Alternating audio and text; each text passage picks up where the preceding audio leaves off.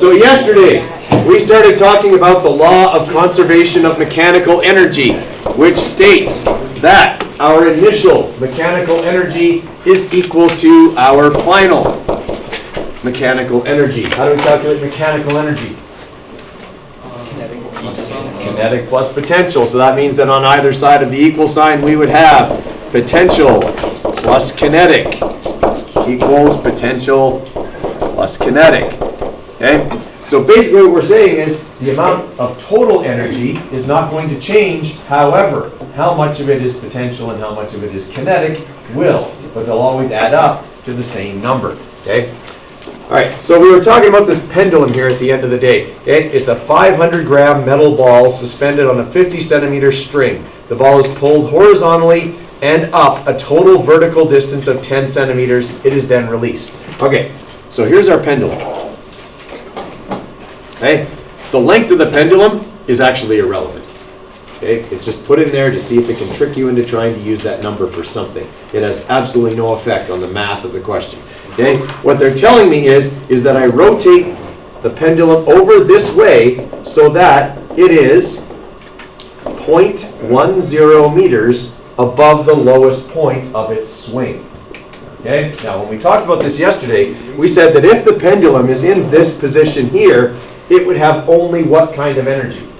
Potential. When it's down here and swinging, it would have only kinetic. Okay, so right here at the end of the question, it says, at the bottom of the arc, the mechanical energy of the ball was determined to be 0.491 joules. Okay, well, I can solve this question really quickly if I understand at this point all of that energy is in what form? Kinetic. Okay? If I understand that, then I can just say that my kinetic energy equals 0.491 joules and that equals 1/2 mv squared. Okay?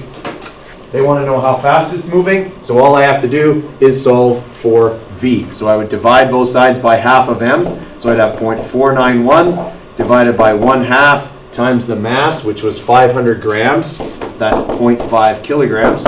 Okay, and then square root that. That'll give me v. Okay, so if I do that, so 0.491 okay, divided by 0.5 times 0.5. Okay, that gives me that, and I square root that. Okay, I get 1.4 meters per second. Okay, now, is there a longer way to do this?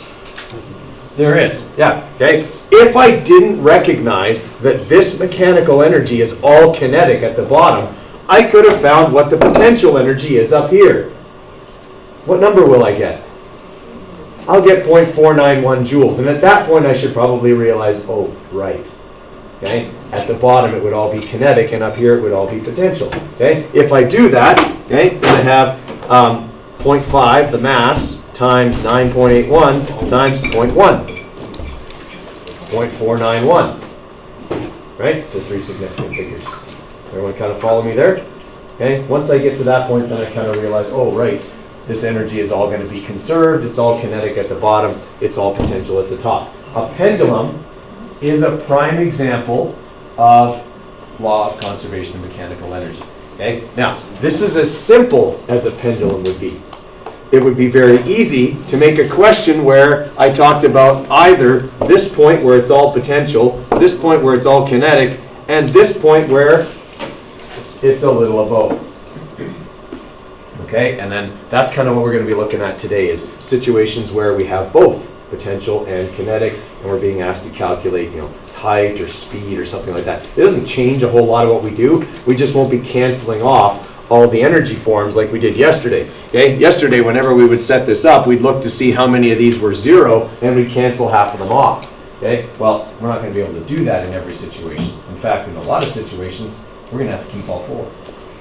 Okay? Again, it doesn't change the principle. It just means there's more stuff to move around. Okay. All right. So, in talking about the pendulum, okay, that's kind of what we talked about yesterday. Okay, it's always just converting those forms of energy from one form to another. All right, now, looking at these questions here. Okay, for question number 2, they've got a picture of what a football looks like when you kick it. Okay, and it travels through what's called a projectile arc. Right, so it goes up through this arc and then back down. What type of energy does it have the moment it leaves the kicker's foot? Just kinetic. Now, it's still on the ground. It's not a punt. Okay, like they're kicking it off the ground. Okay, so when they kick it there, okay, it's just leaving their foot. All of the energy is kinetic. In fact, that's where it's moving the fastest. Okay, is at that point. Everything after that, it'll be a little slower because it's going to be going up. Okay, after that. All right, what type of energy does the football have at a point halfway to its highest point? So right here. Got some of both, right? Some potential, some kinetic. It's above the ground, still moving. Okay. What kind of energy does it have here? And? Yeah. Why does it have both there? It's still moving. It's still moving horizontally, right? If I threw the ball straight up in the air, then it would only have potential at its highest point. But because here it's actually still moving in a forward direction, it still has both. Okay? All right. Okay, the rest of that's pretty straightforward. All right, so for question number 4 here, this is a good illustration of a couple of things from this unit. Energy and graphing. Okay? So for question number 4, it says, this ball is thrown vertically upward from the ground. It rises to a certain height and then falls back down to the ground. Analyze the graph below. What's happening to the potential energy of the ball as a function of its height above the ground?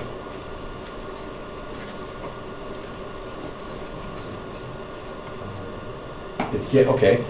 So we're saying, yeah, the potential energy is getting higher and higher and higher, and then what does it do? Okay, but what is this graph saying? There's a real problem with this graph. And that's that there's no scale. Okay? It just says height in meters and it doesn't give me any increments. My natural thinking on this is that this is 0 and the numbers get bigger as I go along. Well then, this graph is saying that the potential energy increases with height to a certain point, and then even though the ball is still going upwards, the potential energy drops. That's what that graph says. Because it doesn't have a scale. Is it important to have a scale on a graph? That graph sucks. Whoever drew that, they should be flogged. Okay? You don't draw a graph like that, and it should certainly not end up in a textbook. But it did. Okay? So what they're trying to say here is that this would be our maximum height here. If we did that, and then we said 0 is also over there, then that graph would make sense. Okay? As potential energy, it would go up with height, and then obviously decrease with decreasing height. Okay? Then that would be correct. Is it a similar problem for the kinetic energy one? Yeah. I mean, at first it's okay. As the ball goes higher, its kinetic energy gets lower, decreases. Okay? But then we would have to say again that this is the maximum height, this is a height of 0, and that's a height of 0. Okay? Then that graph works. Okay? But it's important, obviously, to have a scale on your graph, or it could be misinterpreted. Or interpreted properly and you drew it wrong. Okay.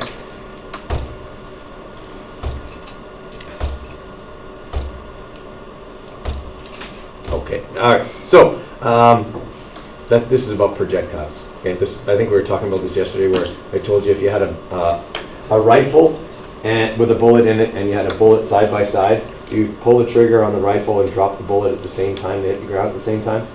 Okay. So the reason for that is because they both have to fall the same distance to reach the ground. Okay? Now remember, you're firing the gun horizontally. So its initial vertical velocity is still what? Still 0. Same as the dropped object. Okay? Since they both have to fall this far, they both take the same amount of time to fall that far. Okay? It's the same distance. It's the same acceleration. 9.81 for both of them. Okay, it should take them the same amount of time because their VIs are also equal. Okay, the only thing that's different is this one is going to hit the ground way over there, but it's going to hit the ground at the same time. Okay, I know it seems implausible, but it's true. Okay, absolutely true. Okay, in fact, this is what marksmen have to take into account when they're taking a long shot. Okay, if you're taking a long shot with a rifle, you have to correct for drop. Okay, every second that the bullet is in the air, it's going to drop 4.54 meters. Okay, or at least in the first second, it's going to drop 4.54 meters. Okay, that's a lot. Of course, if it's in the air for like a full second, it's also going to be going a long way, because they usually travel faster than the speed of sound. Right? Think about that. A bullet travels faster than the speed of sound. So you wouldn't before you do it. Exactly. If someone shoots you with a rifle, you won't even hear the bullet. Yeah. Scary thought. Okay? Like all those sniper movies and stuff, you know, you always hear you're always from the sniper's perspective. Okay? But from the other person's perspective, all you'd maybe hear was a whistle. Okay? But you certainly wouldn't hear the sound of the shot, because the bullet's traveling faster than the sound of the shot. It's strange. Have you ever seen like footage of snipers like in action? Their targets are often looking around, and it's not because they hear the shot. They look down first because they see the bullet hit the ground. Okay, it hits something near them, and then they hear the shot, and then their head goes over towards the shot. That's usually when the second bullet arrives. Yeah. It's a little scary, and scarier thought. The longest kill shot is held by a Canadian sniper. 4 kilometers. How did you even see it? Well, he's got a good spotter and a good scope. Yeah, good eye. Yeah. And good calculations, because there's nothing there that isn't at all about I just picked up the gun, looked through the scope, and fired. Okay, that is I planned that shot meticulously and then took it. Okay, you don't hit a shot like that by accident. Okay. Yeah, so I mean, think about that, guys. Like 4 kilometers away, that's like further than, like that'd be past the Honda dealership from here. Okay, so you know where like the 2 new car dealerships are out on the highway there? Okay, past that. We can't even see those from here. Okay, because the horizon starts to go over because of the curvature of the earth. Okay? So you have to figure how much calculating that would take a sniper, and they have to do it in their head. It's not like they pull out a paper and a calculator while they're lying in the bush and figure it out. Okay. Classic law of conservation of energy question. I want you to write this one down. It's just a picture, but draw the picture. Okay. This is a roller coaster. In case you can't tell from my drawing, because I know I'm not a good artist. Okay. Beautiful. I have a 1,600 kilogram roller coaster. Okay? It's moving at 5 meters per second at the top of a 50-meter high hill. I want to calculate how fast it's going over here when it's only 8 meters above the ground. Okay? And this is a law of conservation of energy question. It's a classic one. Okay? We often use roller coasters as law of conservation of energy questions, or sleds going down a hill. Same idea. Okay? Anything that's using gravity to pull it down a hill is a good law of conservation of energy question. Okay? So I want you guys to write that one down and see if you can get it started using the same ideas we used yesterday. Okay? So that would be this first expansion.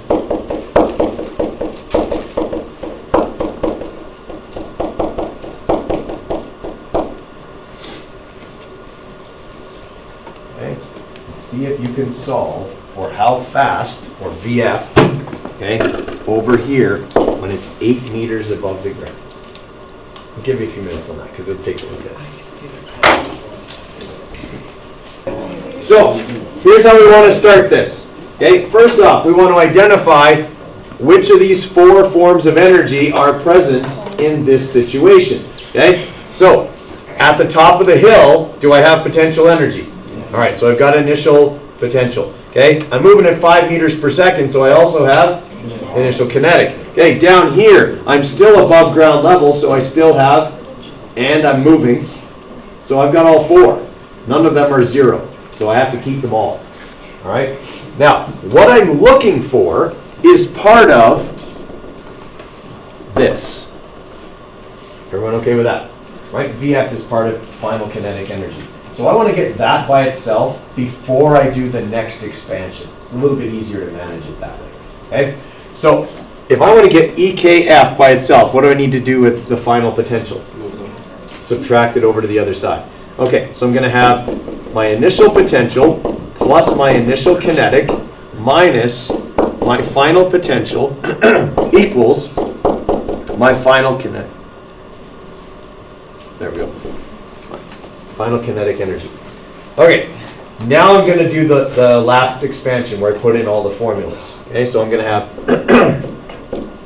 N times G times H initial plus 1/2 mv initial squared minus mghf equals 1/2 mvf. That's weird. Squared. Okay. So I'm looking for VF. What do I have to move now? I need to divide by half of M. Actually, before I do that, what can I do with M? I can get rid of it. Every single term in this equation is multiplied by M. Okay? Remember the other day I told you in a roller coaster question, I toyed with those people? Okay? You don't need mass here. Everything in this equation is being multiplied by M, so it affects all of them the same. I can just get rid of it. Okay? If you're not comfortable with that, you can leave it in and put 1600 in every single time there's an M. You'll get the same answer. Okay? But I don't like that because every number I enter in my calculator is another chance for me to screw up. That's not a confidence thing, it's a fact. Okay? So I'm going to get rid of all of the M's.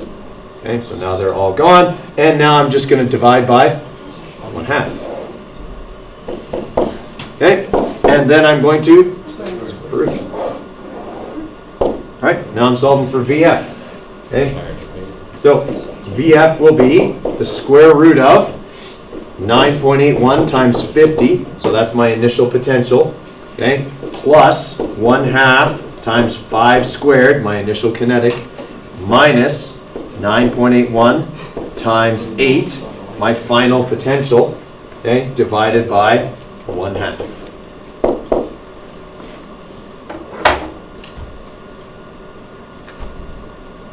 Okay, so 9.81 times 50, okay, plus 0.5 times 25, okay, minus 9.81 times 8. Divided by 1/2. Square rooted gives me 29.1, or actually I think I only have two significant figures there, so 29 meters per second. You only have one second. I actually have one? Okay, so 3 times 10 to the 1 meters per second.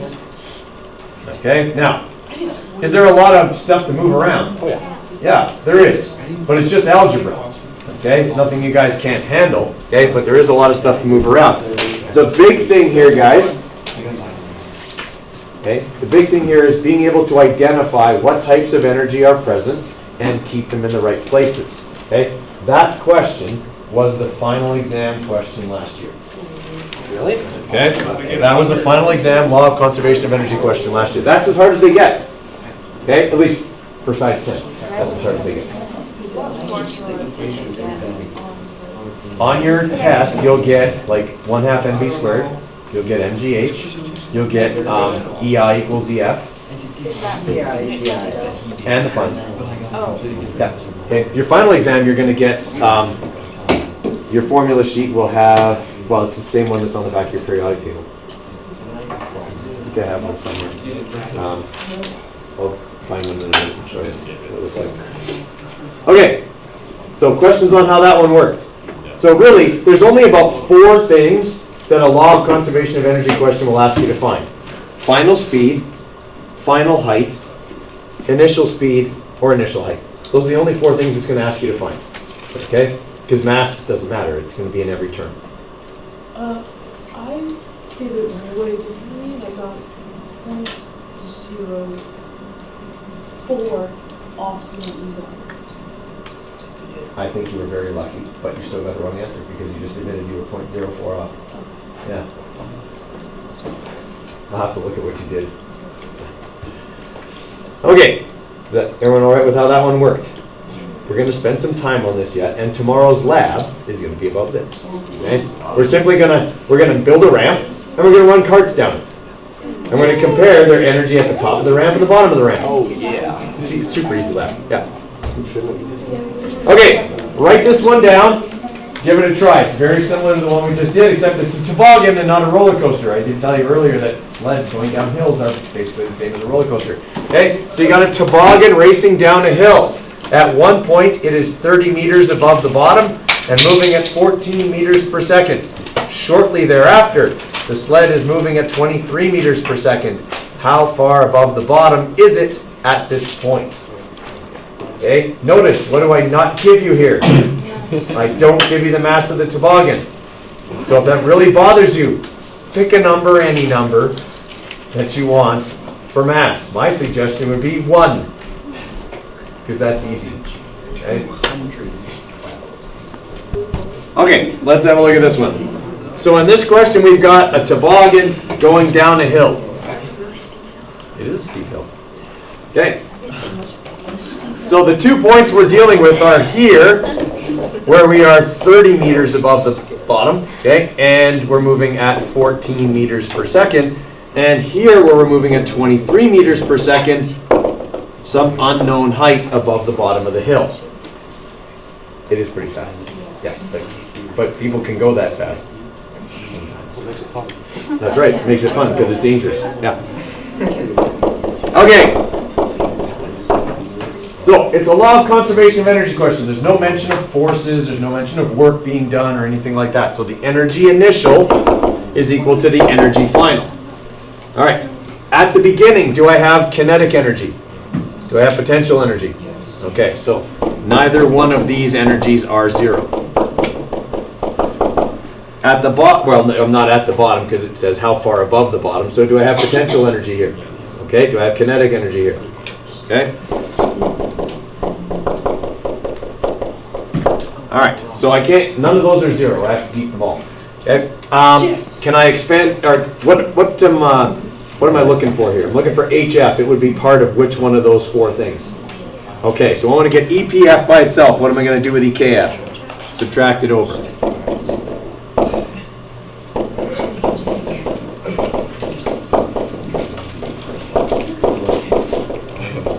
Okay, now I'm going to do my expansion, okay, where I put in all the formulas. So I'm going to have M times G times H initial plus 1/2 MV initial squared minus 1/2 MV final squared equals M times G times HF. Now, I wasn't even given M, so it's a pretty good indicator that I don't need it for this question. So what can I do with it? I can cancel it off. So I'll do that. And then I'm going to get HF by itself by dividing by G on both sides. So what I'll have is HF equals, okay, sorry, this whole thing here divided by G. Right, so HF is going to be 9.81 times 30 plus 1/2 times 14 squared minus 1/2 times 23 squared divided by 9.81.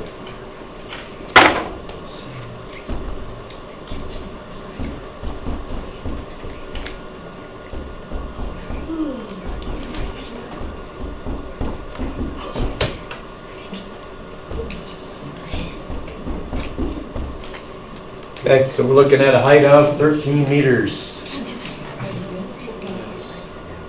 Okay, everybody all right with that one? Yes. Okay.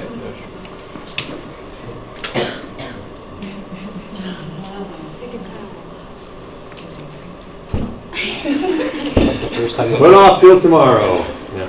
It's It's always better tomorrow. It'll ask me when I shut it down tonight if it wants me to update. And then tomorrow it'll take forever to start up. So that's how it works. Okay. My questions get kind of violent when we start talking about conservation of energy because it's all about destruction and stuff. So, car drives off a cliff at 25 meters per Is there a second. person in it? I didn't say there was a person in it. But clearly there was someone in it. It didn't drive itself. So drive cars, test me cars. I don't know. Maybe the cliff's only this high. I mean, it's still a cliff. We don't know. Okay? So, if you've seen Thelma, how many people have seen Thelma and Louise?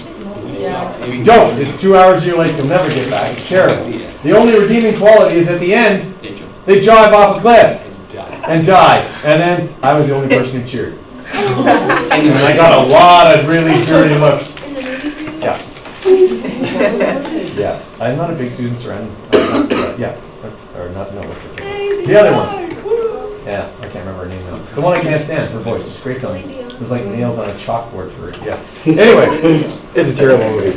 It's a very old movie too. Like Brad Pitt doesn't, look old in it. He's like young, really young. Yeah. Anyway.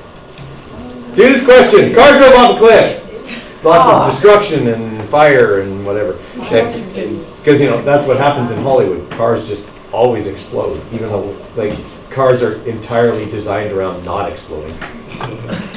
All right, so it drives off a cliff at 25 meters per second. It strikes the ground, at 53 meters per second. So we may or may not have some forms of energy here that are zero. All right, so we've got a cliff. And the car drives off. And does this, because that's how all cars drive off cliffs. When they drive off cliffs, for whatever reason they drive off cliffs, like to escape the law. Yeah, that's what happened to Thelma and Louise. Like this army of police cars chasing them and they had nowhere to go but off the cliff. That makes sense. Anyway, so we know that they drive off this cliff at 25 meters per second. So do they have kinetic energy? Yes. Do they have potential energy? Yes. They're on top of a cliff. Okay? They're gonna fall. So they definitely have potential energy. Okay? Now, at the bottom of the cliff, do they have potential energy? No, but they have a lot of kinetic energy, and that would be the problem. Okay? They're moving at 53 meters per second. So, EI equals EF. We know we have both kinds of energy at the beginning, but we only have kinetic energy at the end. Okay? Because we're on the ground. So, since we're looking for this, the initial height or the height of the cliff, okay, we need to isolate EP initial. So I'm going to subtract EK initial over to the other side. So EP initial will equal EK final minus EK initial. So that'll be M times G times H initial equals 1/2 MV final squared minus 1/2 MV initial squared. You're all with me so far? Can I cancel the M's? Yes, because I've never given the mass of the car anyway. All right, what do I do with G? Divide it over. All right, so my initial height will be 1/2 times 53 squared minus 1/2 times 25 squared divided by 9.81.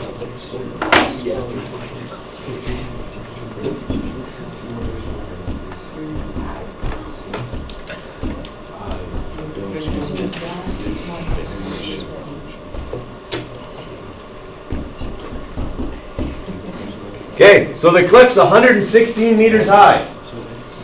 That's a lot. It's a very tall cliff. Okay. Oh, sorry. I put in 23. Yeah, I was going to say, I got a lot. 1,404. Sorry, it's a typo. I did a typo. Okay. Minus 0.5 times 25 squared. That'll make a big difference. Okay. Now I'll divide that by 9.81. So I could tell something wasn't right because you guys were all giving me these dirty looks. Yeah, you did all the math right. There we go. 111. But isn't it a lot? That 5 meters makes all the difference for survivability. What about the significant digit? No. No, okay. It's dead meter, 53 meters per second. Okay. That's coming to a dead stop from what? So 53 times 3.6 from 191 kilometers an hour. It's not very fast. Not really survivable. What was that in scientific notation? It will be 1.1 times 10 to the 2. Yeah, 1.1 times 10 to the 2. Same number. Okay. No one dies in this one. Okay? Assuming he jumps out of a plane. It's like, Yeah, well, he's still 8,000 meters above the ground. He's got lots of time to open his chute. If he has a shoe, he's gonna open it. Yeah, if he has a shooter. Well, I'm not dealing with that part of the question. He jumped out of a perfectly good airplane, okay? What happens to him after that is not my problem. Okay, so skydiver jumps out of a plane moving at 90 meters per second. and is 10,000 meters above the ground, how fast will the diver be falling when he is 8,000 meters above the ground, assuming he's not opened his parachute, because obviously if he opens his parachute, he doesn't accelerate at 9.81 anymore. Okay, so we're only dealing with the part where he's in free fall. What's terminal velocity? Terminal velocity is somewhere around 120 miles an hour or something like that. Depends on your shape, air pressure, updraft, all like that. Well, then 120. Okay, let's have a look at this one. So, person jumps out of a perfectly good plane at an initial speed of 90 meters per second. Now, here's something to realize, because people make this mistake sometimes, okay? They realize that the plane is moving horizontally, and they think for some reason that 90 meters per second doesn't matter because it's not vertical. It does. Kinetic energy is scalar. It doesn't care whether you're moving forwards, backwards, diagonally, it doesn't care. You have kinetic energy because you are moving, okay? So the direction makes no difference, okay? We know that the initial height of the skydiver is 10,000 meters, okay? And we're looking for how fast, so we're looking for VF, they'll be moving when they're 8,000 meters above the ground, okay? So we do have, again, an EI equals EF situation. We have all the forms of energy. Okay, none of these are zero. Okay, and we're looking for VF. So I need to isolate the final kinetic by subtracting the final potential over. So I'm going to have EP initial plus EK initial, okay, minus EP final equals EK final. Then I'll put in all my terms here. So M times G times H initial plus 1/2 MV initial squared minus 1/2 MGHF,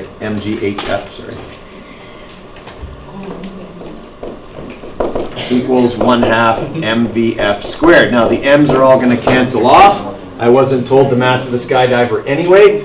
And I'm looking for VF, so I'm going to divide both sides by 1/2 and square root. Okay, so VF is going to be then the square root of 9.81 times 10,000 plus 1/2 times 90 squared minus 9.81 times 8,000 divided by 1/2. Yep. You should make it easy and just do 2,000. You can, but I want to keep illustrating that these things are being subtracted. Okay. All right. So 9.81 times 10,000. Okay. Plus 0.5 times 90 squared minus 9.81 times 8,000. Okay. Divided by 1/2. Okay. Way faster than terminal velocity, but remember, terminal velocity only exists in the real world, where there's actually air resistance, okay? In the perfect physical world, you accelerate at 9.81 meters per second squared until you drill a person-shaped hole in the ground, okay? That's just how it works. Have you ever seen Wile E. Coyote when he hits the ground? He makes a Wile E. Coyote-shaped hole in the ground every time? Yes. That would be All right, so we would have only two significant figures there, so we'd be looking at 2.2 times 10 to the 2 meters per second as our answer on there. Okay, so